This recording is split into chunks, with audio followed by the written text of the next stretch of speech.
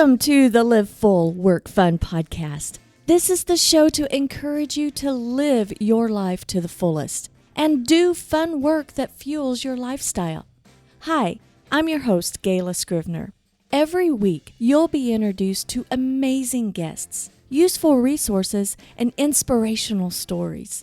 You'll discover opportunities and perspectives to shape your version of living full and working fun. Hi there, and welcome to the Live Full, Work Fun podcast. This season, we're exploring the theme, Don't Let the Start Stop You.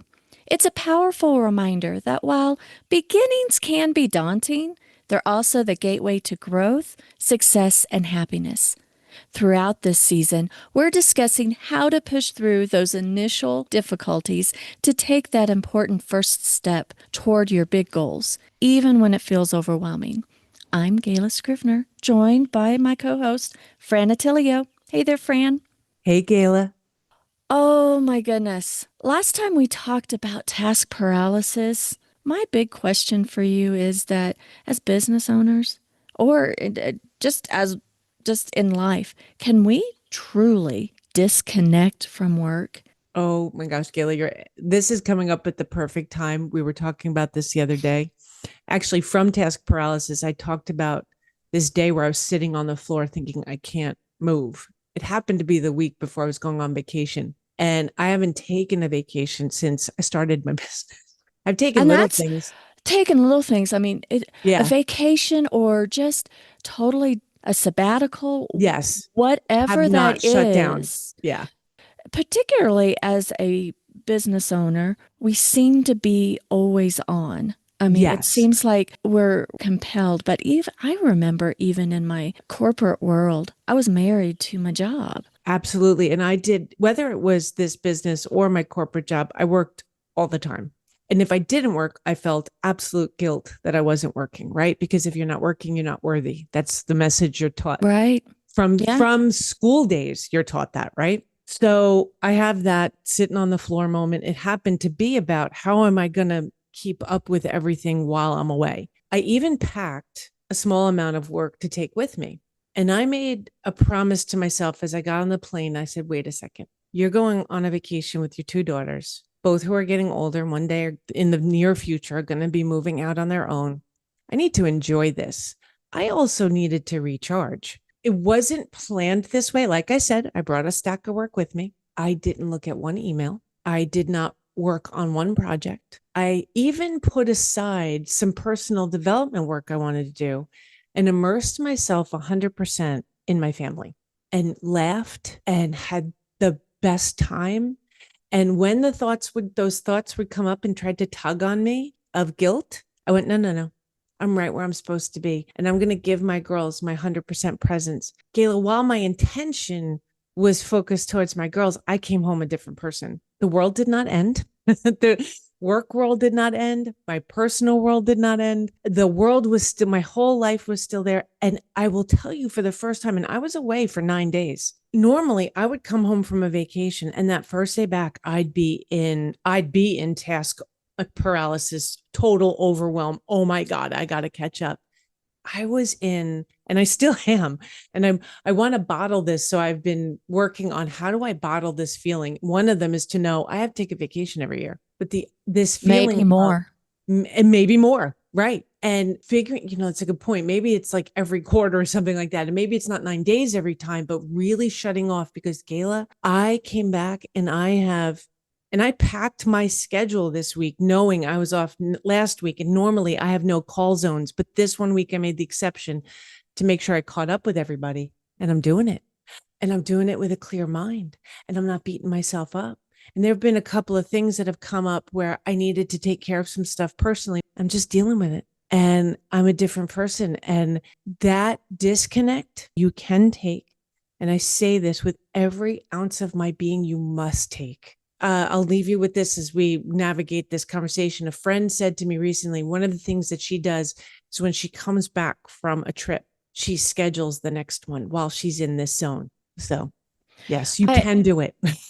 When Robert and I started our trips, our nomadic trips years ago, it was much more stressful because I had these expectations of and technology was different. We didn't have Starlink back then, and my boundaries of what I thought should be work, should be traditional work hours, and I needed to be on all the time and I could not stop. So there was a lot of stress, so it wasn't like I was disconnecting really. It was like another job of being nomadic. But there were pieces of that I was able to disconnect. And Robert and I found ourselves saying, how can we do more of this?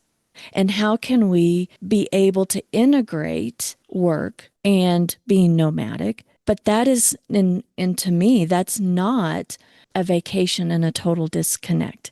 It's figuring out different routines to integrate a work style with a travel lifestyle. But is there a way to totally disconnect? Like we work with technology. And so can I totally turn off my computer for a whole week or for however long? And that I think that's very important. My in my work experience, even in my corporate life, it seemed like I wasn't even truly on vacation because when I was clocked out and on vacation, I'd have people calling me.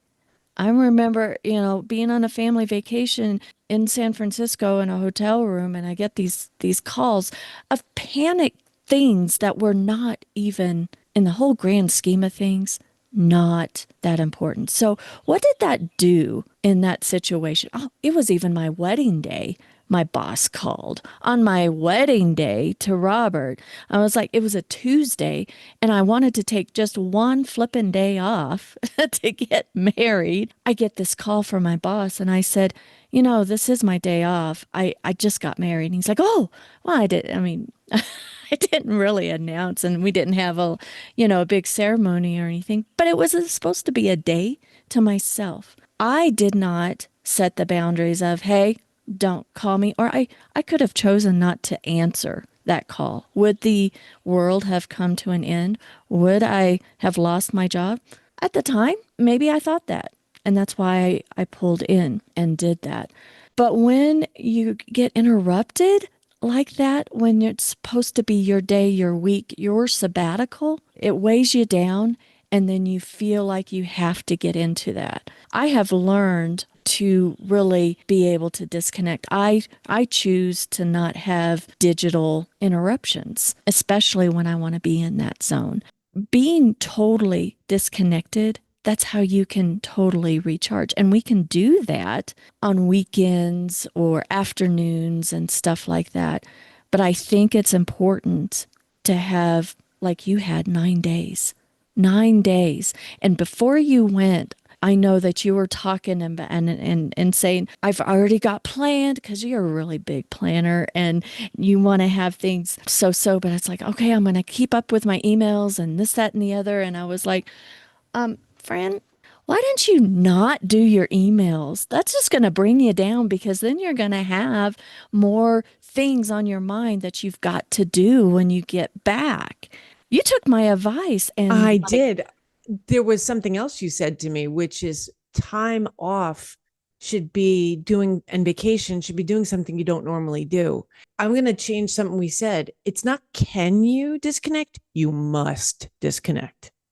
There must be a time. And Gayla, to your point, yes, I needed this 9 day. But what it reminded me is sometimes disconnect might just be a Saturday morning. And one of the things I thought about disconnecting is I read on my tablet. But when you read on your tablet, your calendar pops up. This pops up. That pops up. That notification pops up. So I'm going to return to reading physical books on Saturday mornings. And I read a lot of books at the same time, so that still works. I'll still be reading my Kindle. It's a must, and finding the time each week, each month, making it one of those priorities. We talked about this in task paralysis. You have to know what your priorities are, both personally and professionally. Make sure this is one of those priorities. And priority lists aren't big. They're like a core 5, core 4. Like these are the things you're not going to sacrifice. And one of those things should be to disconnect and recharge. I didn't go on social. I didn't go on email. The biggest one that is like a brain changer for me is we didn't watch TV at night when we came home from whatever we were doing, which I grew up as a pattern. You finish dinner, you watch TV. Da da da, you watch TV.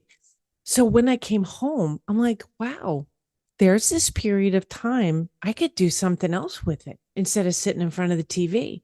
So disconnect can open your eyes to things that you can improve on or help you reach your goals. Mini disconnects, that's just going to recharge you to keep going the Saturday mornings or anything like that.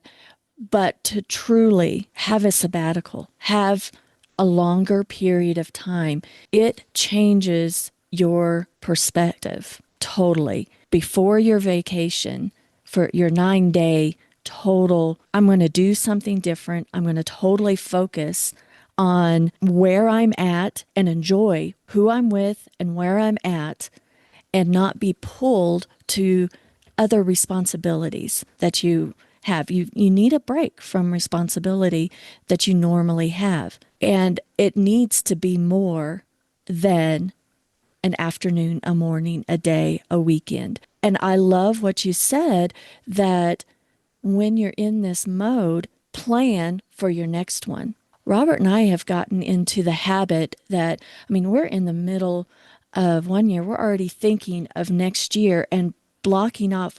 Before we schedule anything else, we are blocking off our nomadic trips, but then also what events, what do we want to see or what do we want to do that we're going to totally block off our calendar. And that's our non-negotiable. That's, we want to go on that trip. We want to go to that event. We want to do the thing because that's fun for us.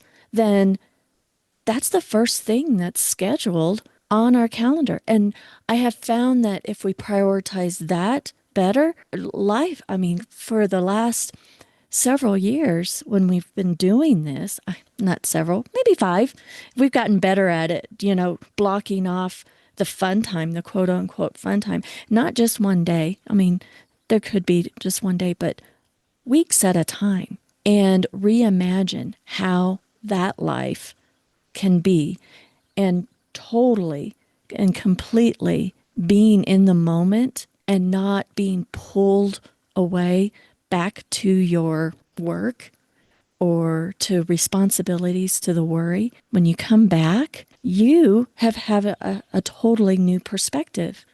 Whole new perspective. Yeah. And that's why I think that we should challenge ourselves, not just say, because that's one of the reasons I left corporate America. One thing that I think is just weird that you can only have 1 week or 2 weeks a year for vacation. Why can't we reimagine that? We can be very productive. What if we wanted 3 months of sabbatical and we can get what we need done without that? What if that 3 months is all together? What could life be imagined? And then when you come back to the normal responsibilities, whoa, there probably are steps to get you there. We never thought possible that we could be traveling 6 months, a year, or more when we first started our nomadic travels. We thought it was a big deal to do 8 weeks, 6 weeks, 8 weeks. Anything's possible. And that is intertwining work with travel. But I believe that we've been able to do that with practice, and then having practice of being completely disconnected for longer periods of time. It gives us a better perspective. But when we get in that the do, when we get in the do, the do of task paralysis, I just had a visual. That's so funny.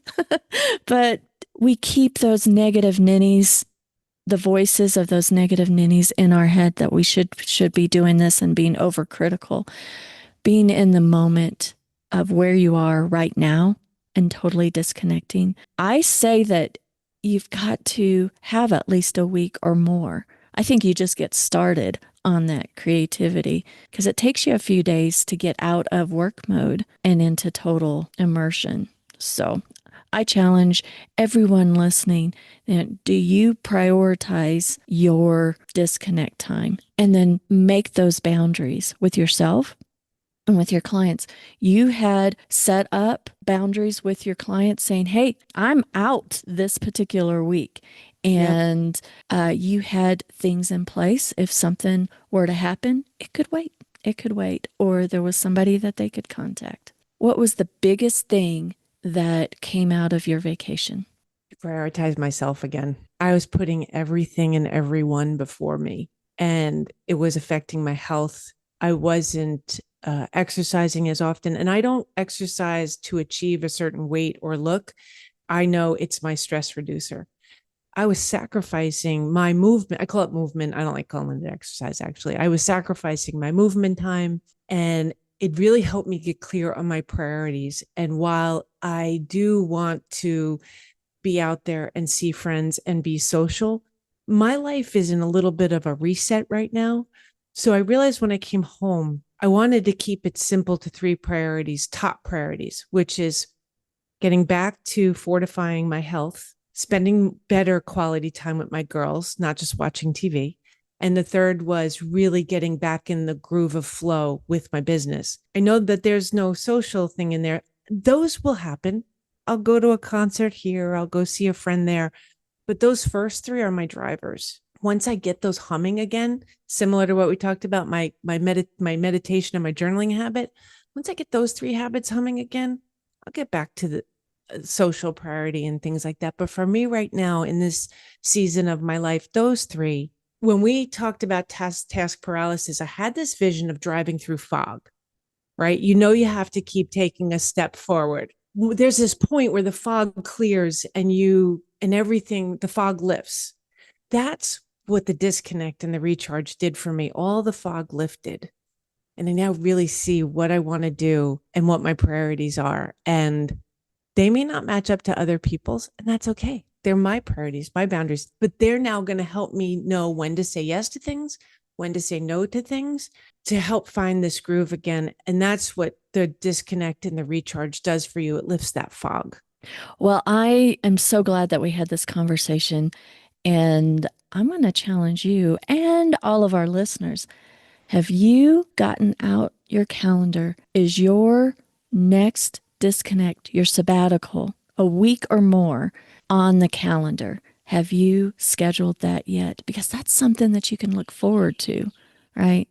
And taking that advice that your friend had said, when you're in that zone, schedule the next one. Have you done that yet? So we are about to do that. Cool. I have a timeshare and I'm looking for points to go to Virginia where the wild horses are on the beach. Oh, those are nice. Yes, I've I've never seen them. seen it. I've Yep. never seen it. And that's my next agenda. Plus I can See drive there how does fast. see right and see how when you're planning and you keep with that flow and then you make the commitment of putting it on the calendar and making the arrangements, it becomes real and you prioritize that and then other priorities fit, but it totally resets and we forget because we're all so driven as business owners, especially, we're so driven and we forget to prioritize ourselves and prioritize a total different change of pace and not incorporate work into our that's where we need to have separation of work and personal. We need to totally recharge and it gives us a different perspective. And we, for those of us that are very much production driven, it helps us reset to produce more and make us feel good. So, well, thanks for listening. And I hope that this episode has inspired you in some way. Remember, every successful journey begins with that important first step. And like I said, I challenge you to make that important first step and book something. Book a sabbatical for yourself. Don't let the start stop you from pursuing your dreams and creating the business and life you desire. Until next time, live full, work fun.